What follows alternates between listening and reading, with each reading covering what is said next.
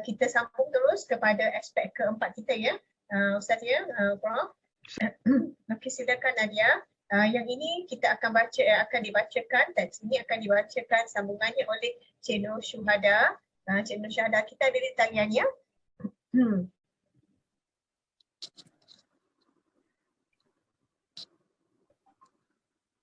Ada. Okey, baik, silakan Syuhada. Okey, bismillahirrahmanirrahim. Aspek yang keempat, salah satu hikmah berpuasa dalam bulan Ramadan adalah mendidik, iaitu tarbiyah nafsu manusia. Nafsu secara tabiinya tidak suka dibelenggu dengan sebarang ikatan, sehingga sampai ke satu tahap secara fitrahnya nafsu itu mengimpikan sifat ketuhanan, iaitu rububiyah, bagi dirinya. Ia mahu bergerak bebas sebagaimana yang disukainya. Ia tidak mahu memikirkan tentang kejadiannya yang tumbuh membesar dari nikmat Allah yang tiada had. Lebih-lebih lagi jika ia memiliki kuasa dan harta yang banyak di atas muka bumi. Ini ditambah lagi dengan sifat lalai dan alpa. Dengan demikian, ia seolah-olah telah menelan nikmat Allah seperti seekor haiwan tanpa mendapat kebenaran dan keizinannya. Pada bulan Ramadan yang penuh berkat ini, nafsu setiap manusia daripada orang yang paling kaya hinggalah orang yang paling miskin mula mengerti dan sedar bahawa ia bukanlah pemilik dirinya, bahkan dia adalah milik orang lain sepenuhnya. Ia tidak bebas tetapi hamba yang mesti menurut arahan. Nafsu tidak mampu menggerakkan tangannya untuk melakukan sekecil-kecil perkara walaupun bagi mendapatkan air. Dengan cara tersebut, hancurlah tipu daya nafsunya, keinginan ingin memiliki sifat ketuhanan. Justeru, ia akan terikat kepada pengabdian kepada Allah Subhanahu Wa Taala dan ia melaksanakan tugasnya yang utama iaitu bersyukur. Okey, baik. Ustaz. Alright, okey. Baik, terima kasih Syuhada di atas bacaan Syuhada. Kita teruskan kepada ulasannya daripada Ustaz. Silakan Ustaz. Bismillahirrahmanirrahim. Allahumma salli Muhammad wa ala ali sayyidina Muhammad. Kalau ikut consequences, maknanya susunan aspek-aspek ini, dan biasanya memang idea-idea flow daripada Ustaz pada zaman Syed Nursi, maknanya susunannya itu pun dimaksudkan biasanya.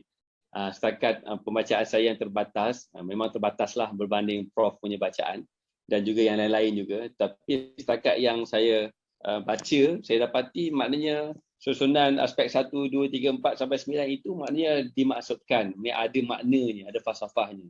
Itu peluang pada kita lah nak memahaminya bagaimana. Jadi aspek yang keempat ini maknanya disebut pasal nafsu pula. Nafsu ni dia sebenarnya nak membatalkan rububiyah yang pertama tadi. Itu yang saya fahami, maknanya kan kita baca aspek pertama tentang rububiyah. Kemudian kesan langsung daripada rububiyah adalah syukur. Dan kesan langsung daripada syukur adalah maknanya berkaitan dengan ibadah sosial ataupun kehidupan sosial kita. Okey. Sekarang ni sampai yang keempat, mari sentuh pula benda dalaman dalam diri kita iaitu nafsu. Jadi nafsu ini maknanya dia nak membatalkan rububiyah itu. Maknanya nafsu ni instead of kita ini berada dalam ketuhanan Allah, tapi PL nafsu ni dia nak menjadi dia nak menjadi pentadbir itu sifatnya nafsu. Okey, itulah dia ayat dia. Nafsu itu mengimpikan sifat ketuhanan, iaitu rububiyah bagi dirinya. Itulah keakuan itu. Ini nafsu. Nafsu punya PL ni begitu. Ya. Allahumma salli ala Muhammad. Jadi di sini maknanya Al-Ustaz menyatakan aspek keempat ini maknanya oleh menerangkan tentang nafsu tu dia nak menempati sifat rububiyah. Dia nak bebas, tak nak terikat dengan apa-apa sistem peraturan, okey, tidak mau terikat dengan mana-mana pentadbiran, tapi dia ingin mentadbir dirinya sendiri. Apatah lagi kalau nafsu itu ada kuasa, ada harta dan dalam keadaan lalai dan alpa. Kalau jumpa perkataan-perkataan tu. Dekat edisi saya ni muka surat 27. Maknanya kalau nafsu tu dia ada kat sini. Dia ada kuasa, harta dan lalai serta alpa. Jadi kalau begitu maknanya pakejnya, maka lebih mudah nafsu tu menjadi kuat sehingga akhirnya terbatal penghayatan kita pada aspek yang pertama, iaitu aspek berasa bahagia dalam pentadbiran Allah yang Maha Esa. Gitu. Lantaran itu, maknanya keserentak dengan itu, maknanya Allah Muhammad, ibadah puasa ini mendidik nafsu itu sendiri. Bahawa kod mana pun, atau kod mana, bahawa walau bagaimanapun, walau bagaimanapun, nafsu ini tetap tidak ada apa-apanya dan tidak dapat memiliki dirinya sendiri, dan maknanya bahkan nafsu ini juga tetap milik Allah yang mentadbir. Gitu. Jadi nafsu ini perlu dikawal supaya kita kekal dalam aspek pertama, iaitu rububiyah tadi. Bila aspek pertama dapat kita kekalkan, syukur dan kehidupan sosial juga dapat kita on track, dalam track yang betul. Jadi untuk menangani nafsu itulah maknanya menjadi salah satu hikmah daripada ibadah puasa, iaitu nafsu itu dapat dilemahkan dengan cara lapar, dengan cara berlapar. Jadi maknanya bila mana nafsu itu lemah dengan cara berlapar, maka sedikit demi sedikit kita mendidik nafsu itu bahawa nafsu, kamu tidak memiliki sifat ketuhanan, maka jangan kamu mencita-citakan untuk kamu mentadbir dan bebas melakukan apa yang kamu kehendaki.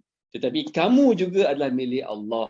Buktinya apa? Bila kamu lapar, walaupun kamu ada pangkat, walaupun kamu ada kekuasaan, tapi bila kamu berlapar, kamu tak akan rasa nak lakukan apa-apa, melainkan kamu perlu untuk mencari makan.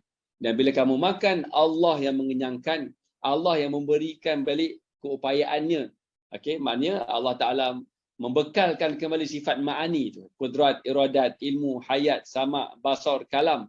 Sehingga dengan sifat ma'ani yang 7 itu baru boleh berfungsi. Maka di situ kalaupun kamu rasa kuat, kamu kuat dengan Allah. Kalaupun kamu rasa berkuasa, kamu rasa berkuasa dengan Allah. Maka dengan berpuasa ini sebenarnya menangani sifat lalai dan alpa. Yang saya nyatakan awal tadi, musuh yang utama kita adalah lupa. Dan memang PL kita ni, manusia ni adalah pelupa. Lantaran kita ini lupa itulah. Maknanya kita dinamakan sebagai manusia, maknanya insan, linsia nihi. Maknanya kita dinamakan sebagai insan kerana keterlupaan kita. Lupa apa? Lupa Allah. Maka ibadah puasa adalah sebenarnya untuk menangani isu kelupaan itu sehingga kita tidak lagi lalai dan alpa. Maka lantaran itulah kita dapat membimbing, mendidik nafsu itu. Dan nafsu ini jangan dibuang.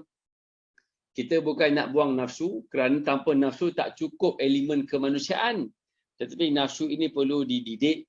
Maka serendah-rendah nafsu yang perlu untuk kita capai sebelum mati adalah nafsu mutmainnah. Itu tulis, catat dengan tinta emas. Maknanya nafsu mutmainnah itu menjadi minimum target kita supaya mudah-mudahan kita mencapai husnul khatimah.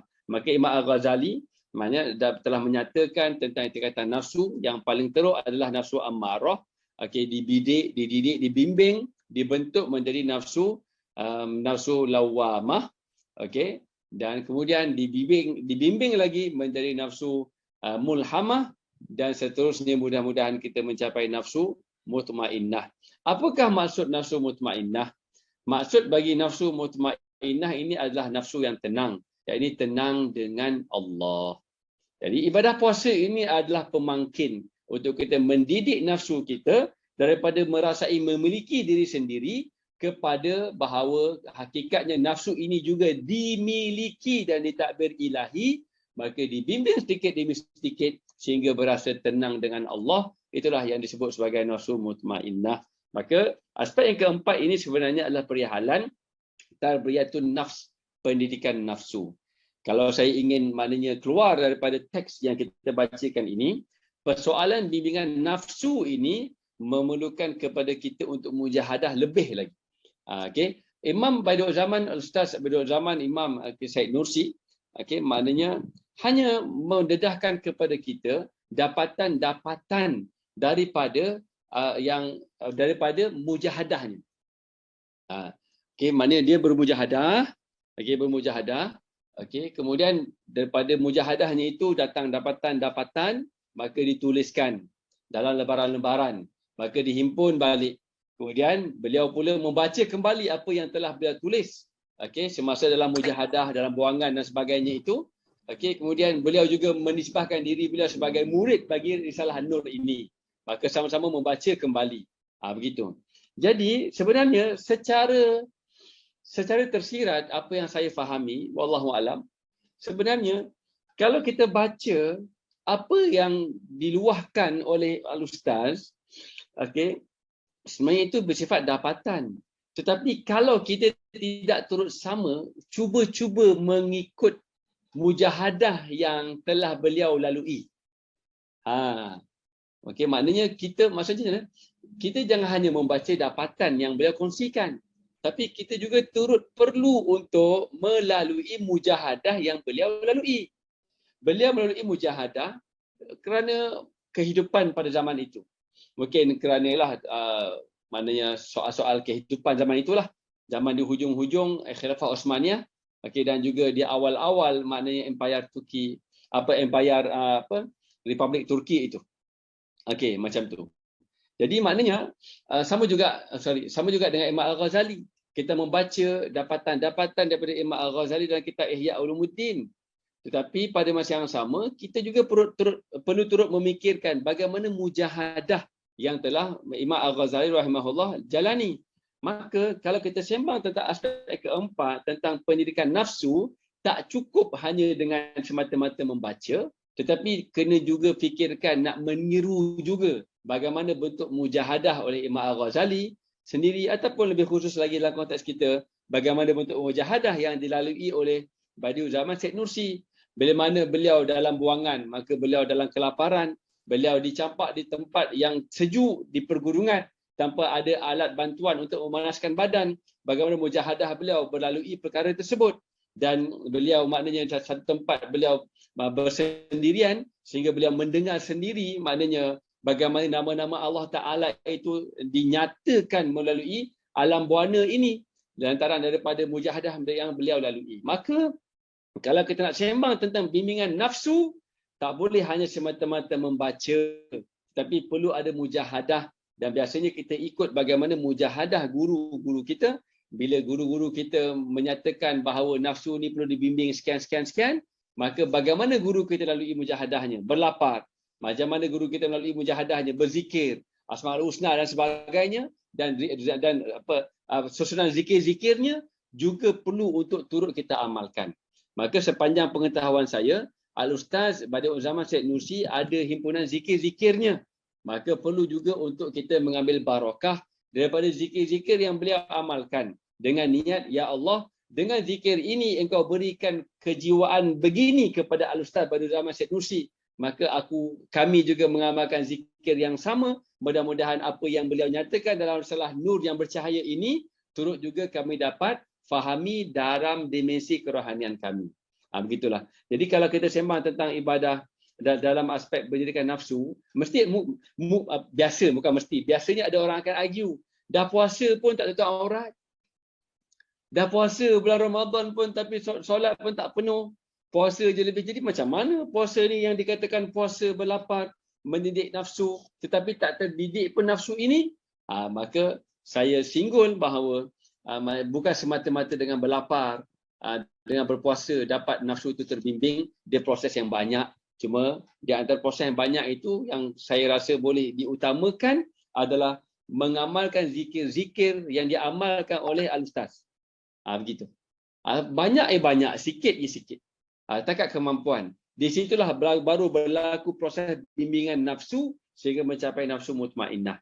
Tetapi soalnya dalam aspek risalah yang kita baca ini, kesadaran awal tentang nafsu ini bahawa, nafsu, kamu tidak memiliki dirimu sendiri, lantaran itu kamu tak bebas. Kamu tetap dan tak Allah, walau apa pun yang berlaku. Itu basic. Katakan sebagai beginning of the journey. The beginning of the spiritual journey. Untuk kita hentak nafsu itu. Sedar diri sikit. Kemudian kita susuli dengan mujahadah-mujahadah yang seterusnya. Mudah-mudahan Allah Ta'ala memberikan kita nafsu mutmainnah sebelum berakhirnya nafas kita di dunia ini. InsyaAllah. Allahumma amin. Wallahu a'lam bishawab. Okey, terima kasih Ustaz atas ulasan yang panjang lebar. Silakan Ujam. Okey, terima kasih. Assalamualaikum sekali lagi. Sebenarnya dengan aspek ini, macam mana bataskan atau terhadkan atau limitkan ketuhanan, perasaan ketuhanan nafsu manusia itu. So, ada biasanya hikmah dalam puasa itu, macam mana tarbiyahkan nafsu itu manusia. Dan secara bebas, nafsu manusia biasanya ingat dia besar sangat, sombong sangat. Kalau ada lebih lagi duit itu, harta itu, atau kuasa itu, dia rasa lagi hebat. Dengan puasa, tipu daya itu biasanya mati. Dia bukan bebas, sebebas-bebas dia boleh buat apa-apa dia suka. Tengok, dengan puasa itu, dia tak boleh minum. Dia tak boleh makan. Kena ikut arahan. Walaupun tadi dia ingat besar sangat dan dia boleh buat apa-apa, sekarang dengan puasa itu dia tak boleh buat. So inilah biasanya tarbiyahkan nafsu manusia. Inilah hikmat puasa untuk tarbiyahan nafsu manusia. Daripada aspek yang keempat ini. Okey. Saya ingat tadi cukup ya. Okey, baik. Satu lagi dengan itu, tengok kalau tadi kita sebut kuasa, kalau sebut duit, kalau sebut macam-macam, walaupun miskin atau kaya, masa itu taraf yang sama. Nafsu manusia biasanya sama, memang dua-dua abdi Allah Subhanahu Wa Taala. Ya. Okey, baik. Terima kasih Prof atas ulasan Prof.